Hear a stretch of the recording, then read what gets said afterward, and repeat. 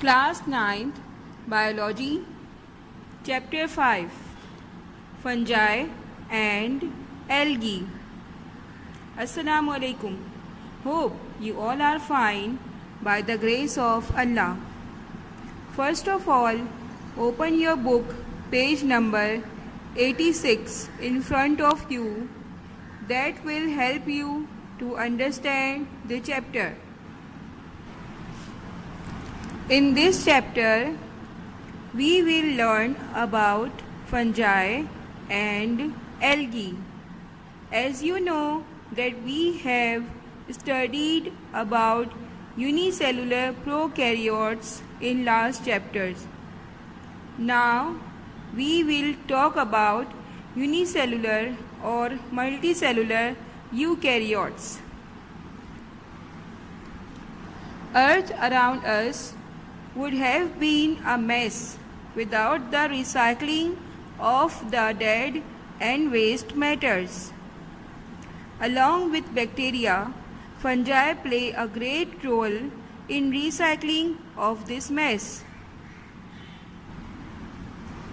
And algae also play a vital role in our life because without the oxygen produced by algae, most of the plants and animals could not survive. Fungi क्या होते हैं? Actually, they are a group of organisms having a body called mycelium made up of hyphae. They are cenocytic, multinuclear, non-chlorophyllous and have a cell wall of fungal cellulose. Means इनकी body जो है उसे mycelium कहते हैं और ये thread like cell होते हैं जिसे हाइफी कहा जाता है. उससे इनकी बॉडी माइसीलियम जो है वो बनती है.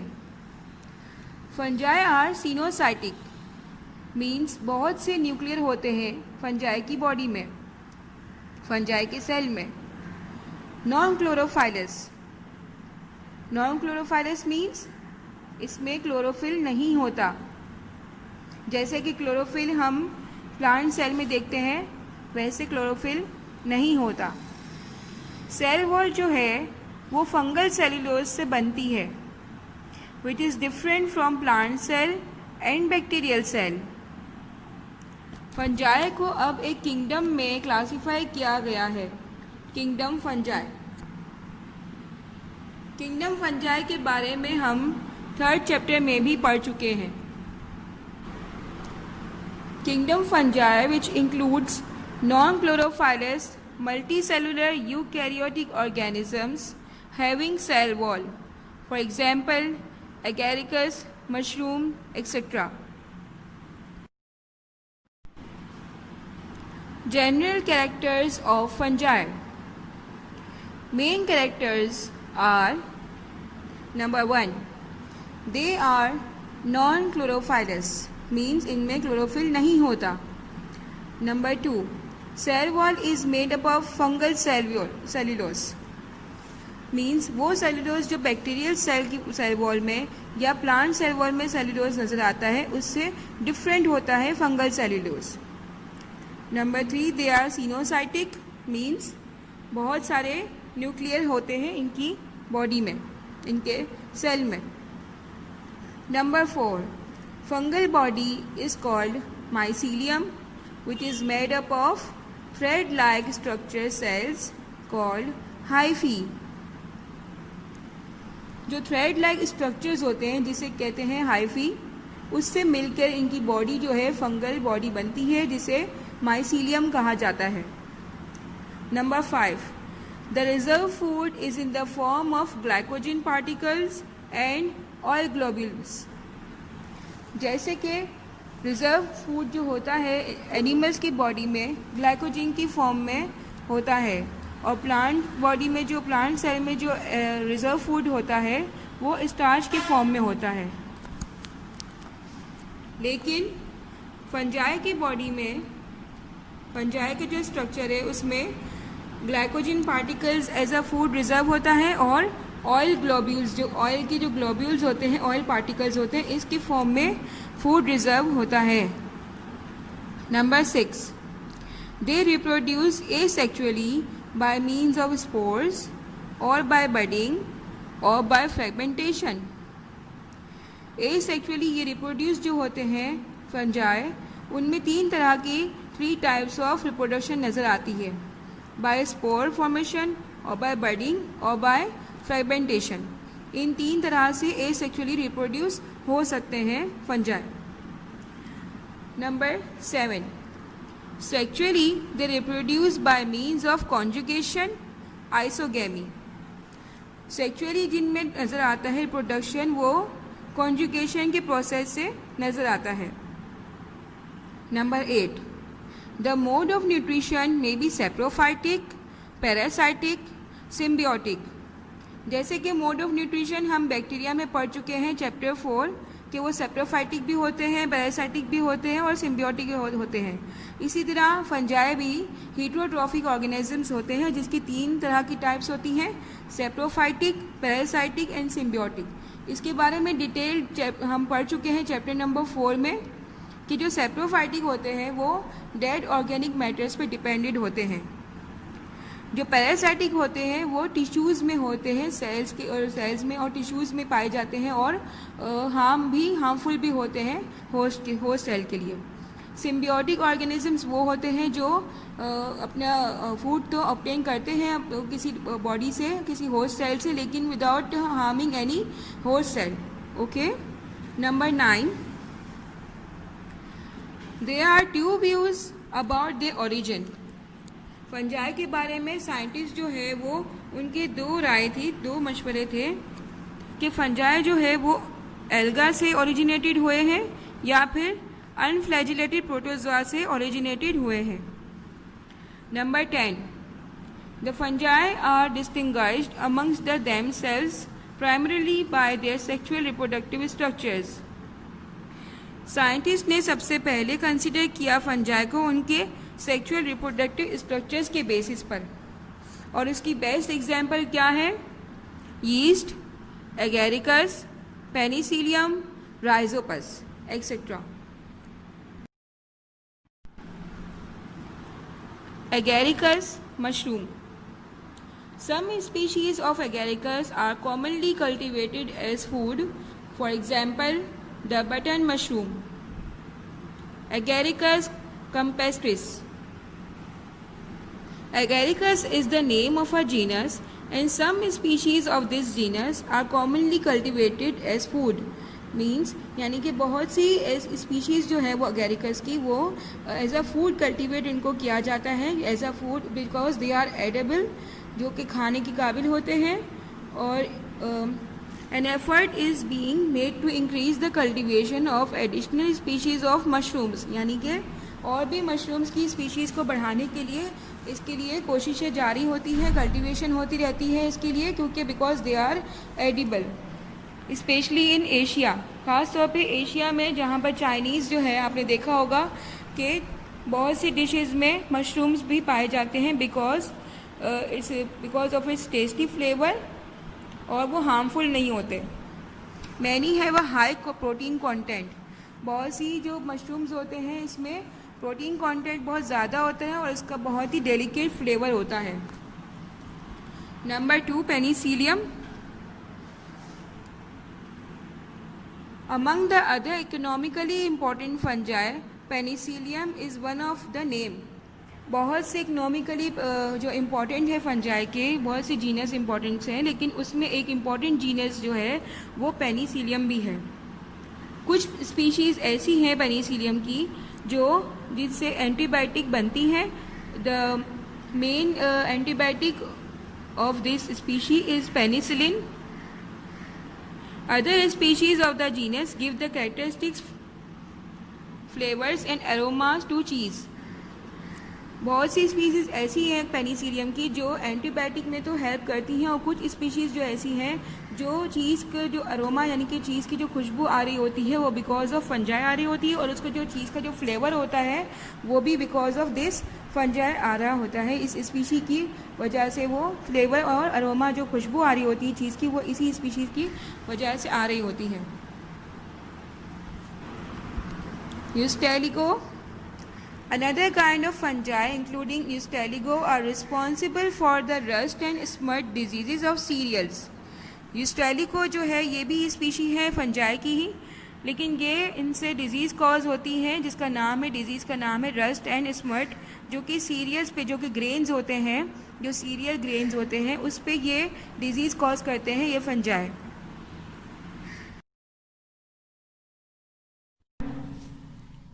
Importance of fungi. A number of edible fungi in the form of mushrooms are a source of nourishing and delicious food dishes. जैसे कि अभी हमने बात की थी एगेरिकस स्पीशी में, तो मशरूम्स जो हैं वो उनके टेस्टी फ्लेवर और उनके जो अरोमा है, जो इनके प्रोटीन कंटेंट है, इसकी वजह से मशरूम्स को जो है एडिबल सोर्स कहा जाता है और बहुत ही ज़्यादा इसको डिशेस में लिया जाता है। They are grown as a crop, इनको क्रॉप की सूरत में कल्टीवेट भी किया जाता है। Not all the mushrooms are edible, सारे मशरूम्स जो हैं वो एडिबल नहीं होते। कुछ मशरूम्स जो होते हैं वो डिशेस में यूज़ किए जाते हैं, बट कुछ जो है वो इनका टेस्ट इतना अच्छा नहीं होता और जो प्रोटीन कंटेंट भी जिनका ज़्यादा नहीं होता है या जो पॉइजनस भी होते हैं तो वो इनको एडिबल नहीं कहा जा सकता। Fungi are poisonous and popularly called as toadstool और डेथ स्टूल। कुछ फंजाई जो हैं लेकिन जिनको टोडस्टूल और डेथ स्टूल भी कहते हैं वो ज़्यादातर पॉइजनस होते हैं, तो they are not edible. Yeast, another kind of fungi which are used in baking industry. Yeast को आपने देखा होगा, which is also used in pizza and other baking items and other baking dishes. तो ऐसी baking industries में yeast को utilise किया जाता है, yeast जो है वो यूज होती है। Medicines. fungi are used in making of antibiotics like penicillin। जैसे कि अभी हमने पेनिसिलियम के बारे में बात की थी कि पेनिसिलियम जो है वो यूज़ होते हैं for the making of antibiotic penicillin. इसी तरह बहुत सी फंजाई जो हैं बहुत सी एंटीबायोटिक्स प्रोड्यूस करने में हेल्प करते हैं। For example Chloromycetin, neomycin etcetera. Soil fertility. They maintain soil fertility by decomposing the dead organic matter. Soil fertility में यानी कि सॉइल को फर्टिलिटी करने में मदद करते हैं ये फंजाई जो होते हैं। फॉर एग्जांपल जैसे सेप्रोफाइटिक जो फंजाई होते हैं वो डेड ऑर्गेनिक मैटर से अपना जो फूड ऑब्टेन करते हैं, तो इसी तरह उसको डिकम्पोज करते हैं पहले डेड ऑर्गेनिक मैटर को और इससे अपना फूड ऑब्टेन करते हैं। तो इसे डिकम्पोजिंग करने में सॉइल की फर्टिलिटी जो है वो इम्प्रूव होती है। तो इस तरह से फंजाई जो है वो हमारे लिए हेल्पफुल होते हैं। Fermentation. The property of fermentation is used for the manufacture of ethanol, organic acids and alcoholic beverages. First of all तो मैं आपको ये बताना चाहूँगी कि फर्मेंटेशन क्या है। What is fermentation? Fermentation is a process of chemical change by the help of enzymes. ठीक है, फर्मेंटेशन क्या है? एक प्रोसेस का नाम है किसी भी केमिकल चेंज का। इस हेल्प, किसकी हेल्प की वजह से? एंजाइम्स जो होते हैं, प्रोटीन हम होते हैं हमारी बॉडी में या किसी बॉडी में, उनकी हेल्प की वजह से ये फंजाई की जो बॉडी में जो एंजाइम्स होते हैं उसकी हेल्प से वो केमिकल चेंज करते हैं। फॉर एग्जांपल कार्बोहाइड्रेट जो है वो एनर्जी रिच कंपाउंड है। ठीक है, अब इसे एनारोबिक कंडीशन में जब फंजाई जो है वो फर्मेंटेशन का प्रोसेस जब होता है तो कार्बन डाइऑक्साइड जो है वो कार्बन डाइऑक्साइड और ऑर्गेनिक एसिड जो अल्कोहल जो प्रोड्यूस होता है, तो ये जो अल्कोहल प्रोड्यूस होगा इसे फर्मेंटेशन का प्रोसेस कहते हैं। तो ये फर्मेंटेशन का प्रोसेस जो है वो फंजाई करते हैं, जिससे क्या होता है, जो यूटिलाइज होती है इंडस्ट्रीज में for the making of ethanol, organic acid and alcoholic जो ड्रिंक्स होती हैं वो भी इसी फंगल प्रोसेस की वजह से, फंगल फर्मेंटेशन की वजह से मैन्युफैक्चर होती हैं। Food spoilage. Fungi cause spoilage of food by many of the saprophytic fungi. ठीक है। तो फंजाई जो है वो बहुत से फूड को स्पॉइल कर देते हैं, जो कि सेप्रोफाइटिक फंजाई होते हैं। अभी जैसे हमने बात की कि जो सेप्रोफाइटिक फंजाई होते हैं वो डेड ऑर्गेनिक मैटर होते हैं या कुछ भी जो भी फूड होता है उसको भी स्पॉइल कर देते हैं। Human diseases, fungi cause a number of diseases in human beings like aspergillosis. Aspergillosis क्या है? ये कुछ बहुत से फंजाई जो है वो ह्यूमन डिजीज को भी कॉज करते हैं। यहाँ पर एग्जाम्पल ली गई है aspergillosis, it is a name of a disease. Air and lung disease, जो कानों में और जो लंग्स की डिजीज होती है इसे एस्परजिलोसिस कहते हैं। मोनीलियासिस, ये स्किन, माउथ और गम्स डिजीज होती है, स्किन में और माउथ की और गम्स की डिजीज होती है, इसको मोनीलियासिस डिजीज कहते हैं, which is also caused by fungi. Ring worm disease, ring worms जो है वो भी disease is also caused by fungi. It is a contagious disease, जो कि कॉन्टेजियस का मतलब एक से दूसरे को जो लग जाती है बीमारी, it is a contagious. Okay, वो डिजीज है, ये ह्यूमन की स्किन, हेयर और नेल्स पे हो जाती है। स्किन पर जो डिस्कलर्ड पैचेस पड़ जाते हैं इससे, रिंग टाइप के, रिंग शेप में, तो इसको रिंग वर्म कहा जाता है। तो ये भी फंगल डिजीज ही होती है।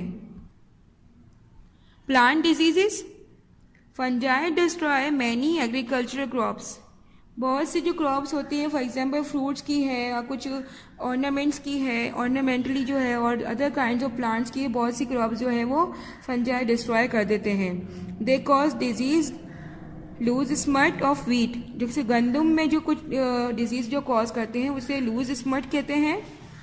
पोटैटो के जो डिजीज कॉज करते हैं उसे लेट ब्लाइट कहते हैं।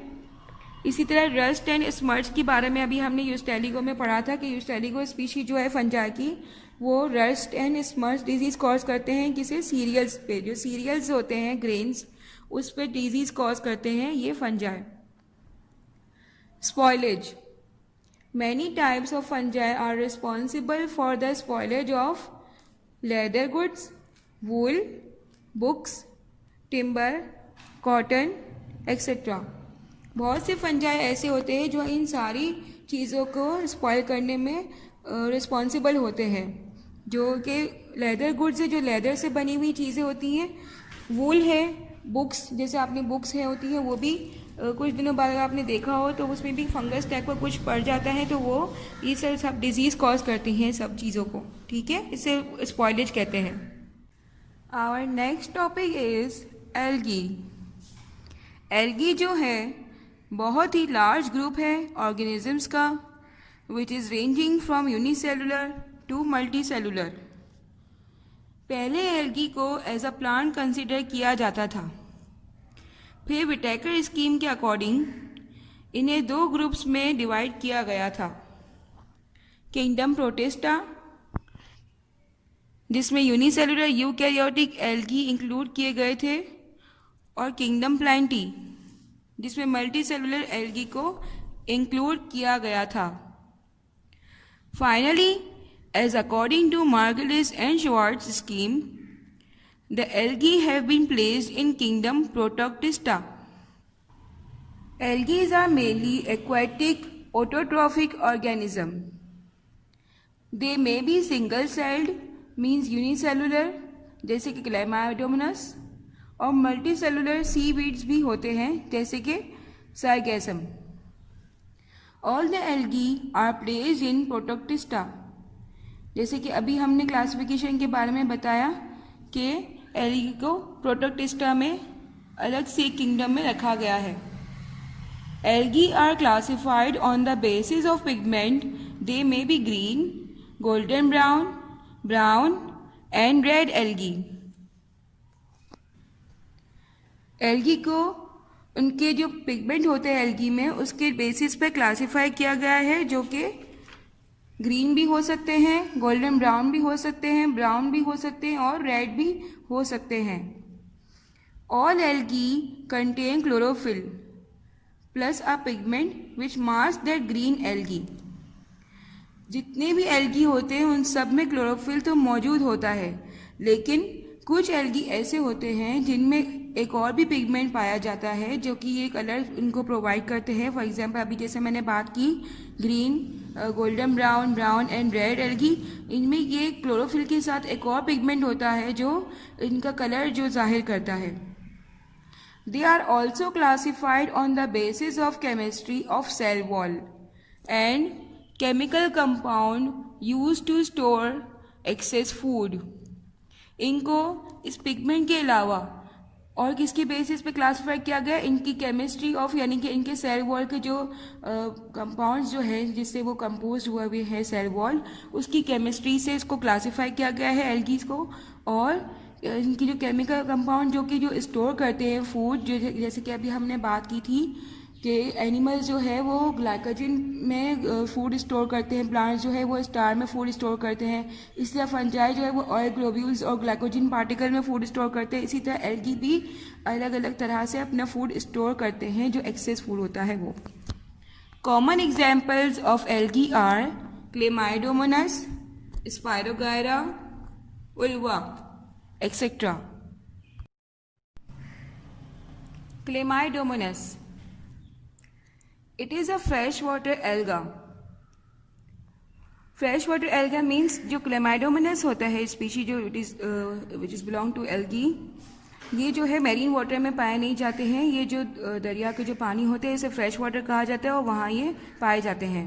It is found growing in still water of ponds, pools, ditches, tanks, lakes etcetera. ये वहाँ कहाँ पाए जाते हैं? जो पानी जो वहाँ पर स्टैंडिंग जो पोजीशन में होता है, जो खड़ा पानी होता है, जो बहता हुआ पानी नहीं होता, वहाँ पर ये ज़्यादातर पाए जाते हैं। It grows evidently in polluted water rich in organic matter and ammonium compounds. वो पानी जो बहुत ज़्यादा पॉल्यूटेड होता है या वो पानी जिसमें बहुत ज़्यादा ऑर्गेनिक कंपाउंड जो ज़्यादा होते हैं, इसमें अमोनियम ज़्यादा होता है, अमोनियम कंपाउंड्स, उसमें इनकी ग्रोथ जो है वो ज़्यादा होती है। It is unicellular eukaryotic green motile alga. ये कौन से होते हैं? यूनिसेलुलर यूकैरियोट होते हैं, मीन्स यूकैरियोट इनका यानी कि न्यूक्लियर मेम्ब्रेन इनकी पूरी कंप्लीट बनी हुई होती है। ग्रीन कलर के होते हैं। मोटाइल एल्गा मीन्स मूव कर सकते हैं। इट इज़ स्फेरिकल, ओवल और pear shaped with pointed anterior and. इनका जो स्ट्रक्चर है वो स्फेरिकल भी हो सकता है, ओवल और पेयर शेप भी हो सकता है, जैसे कि आप देख सकते हैं डायग्राम में कि ये ओवल शेप में है, पेयर शेप में है। ठीक है। It has cell wall, cytoplasm, distinct nucleus and 2 flagella. इनके सेल वॉल भी होती है, साइटोप्लाज्म होता है, न्यूक्लियस होता है जो कि अलग से हमें नजर आ रहा होता है, और 2 फ्लैजिला हो सकते हैं जैसे कि आप लेबल किया हुआ देख सकते हैं।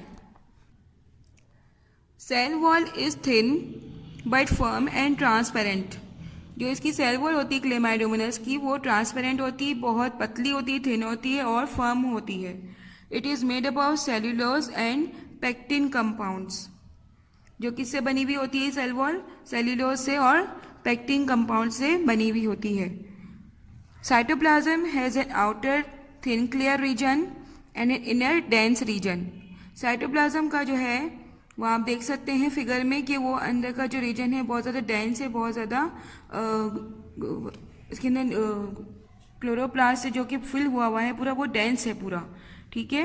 लेकिन बाहर का जो क्लियर रीजन है, बाहर का जो रीजन है साइटोप्लाज्म का, वो बिल्कुल क्लियर है। जो साइटोप्लाज्म, सेल मेम्ब्रेन और सेल वॉल के दरमियान जो रीजन आप देख सकते हैं डायग्राम में, ये बिल्कुल क्लियर है। The single protoplasmic body inside chloroplast. There is a single large cup-shaped chloroplast occupying major part of the cell. जो लार्ज कप शेप आपको नजर आ रहा होगा, जो कि क्लोरोप्लास्ट जहाँ पर लिखा हुआ है डायग्राम में, जैसे कि आप देख सकते हैं, तो वो ज़्यादातर जो लार्ज जो इसका जो बॉडी का जो पार्ट है उसने कवर किया हुआ है। The single protoplasmic body inside chloroplast is pyrenoid. Pyrenoid जैसे कि आपको नजर आ रहा होगा ब्लैक कलर का, जिस तरह से मैंने जिसको हाईलाइट किया हुआ है, ये आप क्लोरोप्लास्ट में प्रोटोप्लाज्मिक बॉडी जो होती है एक पायरिनॉइड कहा जाता है। ये क्या करते हैं? स्टार्च मैन्युफैक्चरिंग फैक्ट्री इसे कहा जाता है, जिससे स्टार्च मैन्युफैक्चर होता है इस पायरिनॉइड की मदद से। There are two small contractile vacuoles regulate water content of the cell regarded as excretory organelles. जो कॉन्ट्रैक्टाइल वैक्यूल्स जो आपको नजर आ रहे होंगे दो फिगर में, ये क्या करते हैं, जो एक्स्ट्रा जो वाटर कंटेंट होता है वो एक्सक्रीट आउट करते हैं, तो इसीलिए इसको एक्सक्रीटरी ऑर्गेनल्स कंसीडर किया जाता है. Eye spot is an orange coloured structure. This is sensitive to intensity of light. Eye spot जो होता है वो ऑरेंज कलर की होती है इसका आई स्पॉट, और जो कि लाइट से बहुत ज़्यादा सेंसिटिव होता है. जिस तरफ लाइट होती है वो उस तरफ अपना रुख जो है वो मोड़ लेते हैं. Nucleus is circular and present in the cup shaped cavity formed by chloroplast. Nucleus जो है वो कप शेप कैविटी किससे बन रही, क्लोरोप्लास्ट से. जैसे कि आप डायग्राम में देख सकती कप शेप कैविटी बन रही क्लोरोप्लास्ट की वजह से, और बीच में जो है वो न्यूक्लियस है वो उसमें वो पाया जाता है, और कप शेप कैविटी के बिल्कुल बीच में होता है nucleus. Spirogyra, it is a green fresh water अलगा. ये भी जो है क्लेमाइडोमोनस की तरह फ्रेश वाटर ग्रीन एल्गा होते हैं, बट लेकिन ये स्टिल वाटर पर नहीं, रनिंग जो स्लो रनिंग वाटर जो होते हैं वहाँ पर पाए जाते हैं. Attach to substratum by branch rhizoidal cells called holdfast. Attach किससे होते हैं, राइजोडॉयल सेल्स, यानी कि जो रूट लाइक स्ट्रक्चर्स कुछ सेल्स होते हैं जिससे राइजोडॉयल सेल्स कहा जाता है, जिसका नाम है होल्ड फास्ट. वो उससे अटैच्ड होते हैं, पानी में उसकी मदद से अटैच्ड होते हैं इन सेल्स की वजह से. Spirogyra is unicellular. स्पायरोगायरा क्या है, यूनिसेलुलर एल्गी होते हैं. But grows in colonial form known as filament. Unicellular तो होते हैं लेकिन वो एज अ कॉलोनी वो फॉर्म करते हैं, जो कि फिलामेंट्स टाइप की हमें नजर आती हैं, जो कि थ्रेड लाइक स्ट्रक्चर्स जो फिलामेंट्स होते हैं वो हमें नजर आते हैं. The filaments are unbranched and consist of uniform cylindrical cells which are joined end to end.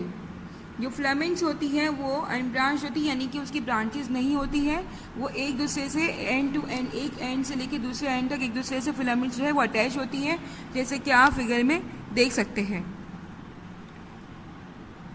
No differentiation of base and apex in a filament, यानी कि इसमें कोई डिफरेंस नज़र नहीं आता उसके बेस में या उसके जो ऊंचाई में, जिसके फिलामेंट में हमें कोई नज़र डिफरेंस नहीं आता है. Outer wall of each cell is made up of cellulose and pectin. जो सेल है उसकी जो आउटर वॉल है, जो सेल वॉल की जो आउटर वॉल है वो किससे, सेल्यूलोज से और पेक्टिन से बनी हुई होती है, और इसी पेक्टिन की वजह से जब वो स्वेल जब हो जाता है पेक्टिन, तो वो जिलेटिनस फॉर्म स्ट्रक्चर देता है फिलामेंट्स को, और बहुत स्लिमी स्ट्रक्चर इसको वो प्रोवाइड करता है इन फिलामेंट्स को. The cell has a parietal layer of cytoplasm known as primordial utricle. जो सेल है उसके साइटोप्लाज्म के पास जो एक पैरेटल लेयर है जो कि प्राइमोर्डियल यूट्रिकल कहलाती है, which encloses a large vacuole filled with cell sap. जो कि लार्ज वैक्यूल से एनक्लोज होती है विथ, जो कि जिसके अंदर सेल सेप मौजूद होता है. Chloroplast is ribbon shape. Chloroplast जैसे कि आप देख सकते हैं यहाँ पर रिबन शेप की नज़र आ रही है आपको डायग्राम में.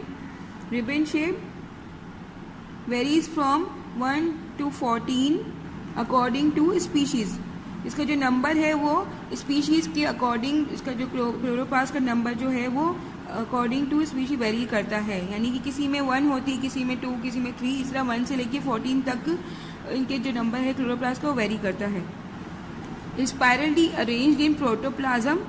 जैसे कि आप देख सकते हैं कि spirally they are arranged. Chloroplast जो है वो स्पाइरली अरेंज्ड होते हैं.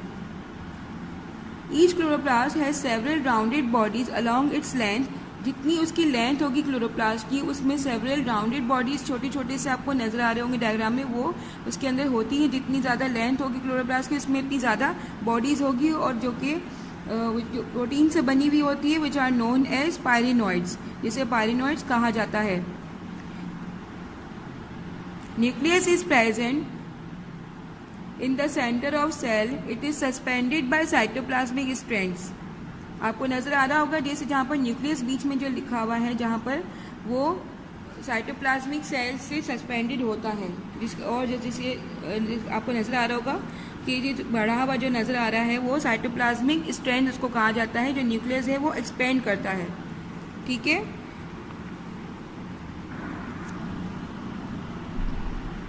उम्मीद है आपको ये चैप्टर भी समझ आ गया होगा, but you should have to read it again for more understanding this chapter.